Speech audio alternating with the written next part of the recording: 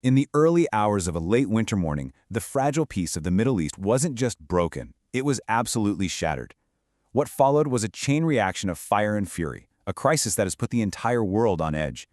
But to really get what's happening, to understand the fault lines of this new conflict, we have to look back at an old and pretty unlikely friendship, one forged in revolution and now being tested by war.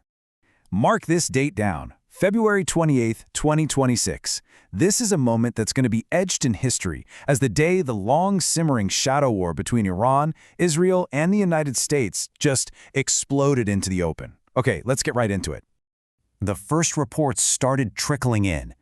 They spoke of a series of precise, devastating, and coordinated daytime strikes. The world would soon learn its name, Operation Epic Fury. The first 48 hours were just a blur of rapid-fire escalation. It all happened so fast. On that Saturday, U.S. and Israeli forces hit deep inside Iran. And they weren't just going after military sites, they were targeting leadership. Iran's response? It was immediate and it was furious.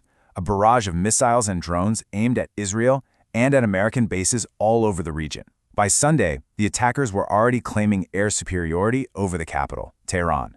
And then came the stunning announcement from Iran. Supreme Leader Ayatollah Ali Khamenei was dead. An interim leadership council was scrambled together, but the country was in shock, and the entire region was on fire. Beyond all the geopolitical chaos, there was, of course, an immediate and tragic human cost. Initial reports started coming in from the Iranian Red Crescent, and they tallied at least 787 people killed just in those first waves of strikes. A grim, grim figure that included civilians caught right in the crossfire. And make no mistake, intelligence briefings were crystal clear from the get-go. As one put it, this was not a symbolic strike. It was a major escalation. What that means is that all the unspoken rules that had kind of governed this decades-long conflict, they were just gone. So to understand how we got here, and more importantly, where one of Iran's key allies, South Africa, fits into this whole picture, we have to go back. We need to explore a friendship that is as complex as it is deep-rooted. Now, what's so fascinating here is the complete 180 this relationship took. I mean, look at this. Before 1979, the Iran of the Shah was literally a lifeline to the apartheid regime in South Africa. It supplied over 90% of its oil. They even cooperated on military and nuclear matters. But then, after the Islamic Revolution, Tehran completely flipped the script. It severed all ties, hit the apartheid government with sanctions, and became one of the most vocal supporters of the ANC, the African National Congress, and their fight for freedom. A total reversal. And that new bond was cemented on a hugely symbolic day, May 10, 1994. Get this. On the very same day that Nelson Mandela was inaugurated as the first president of a democratic South Africa, formal diplomatic ties with Iran were restored. That's not a coincidence. It was a powerful statement.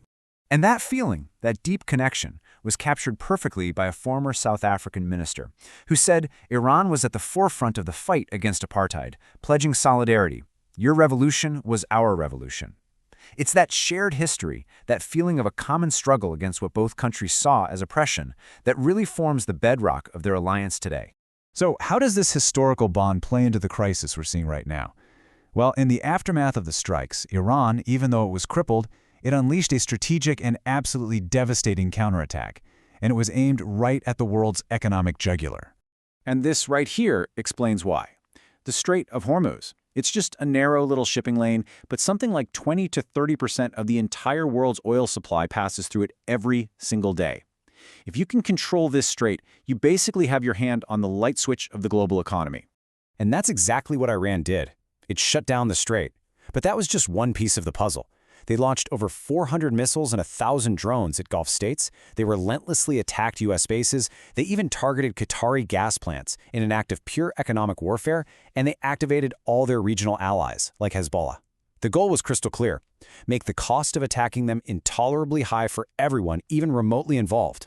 So, with the region just spiraling out of control, was there any hope for de-escalation? Any off-ramp?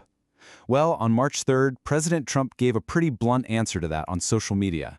They want to talk. I said, too late. And just like that, the door to diplomacy was slammed shut. And all of this brings us right back to South Africa, a nation that is now walking a perilous diplomatic tightrope, caught between its deep historical alliance with Iran and the immense crushing pressure coming from the West. Economically, you can see the relationship has been a total roller coaster. This chart says it all, really. Before 2012, Iran was a vital partner, supplying over 40% of South Africa's oil. But then, when U.S. sanctions hit, boom, the trade just collapses to basically zero. Today, it's just a trickle of non-sanctioned stuff.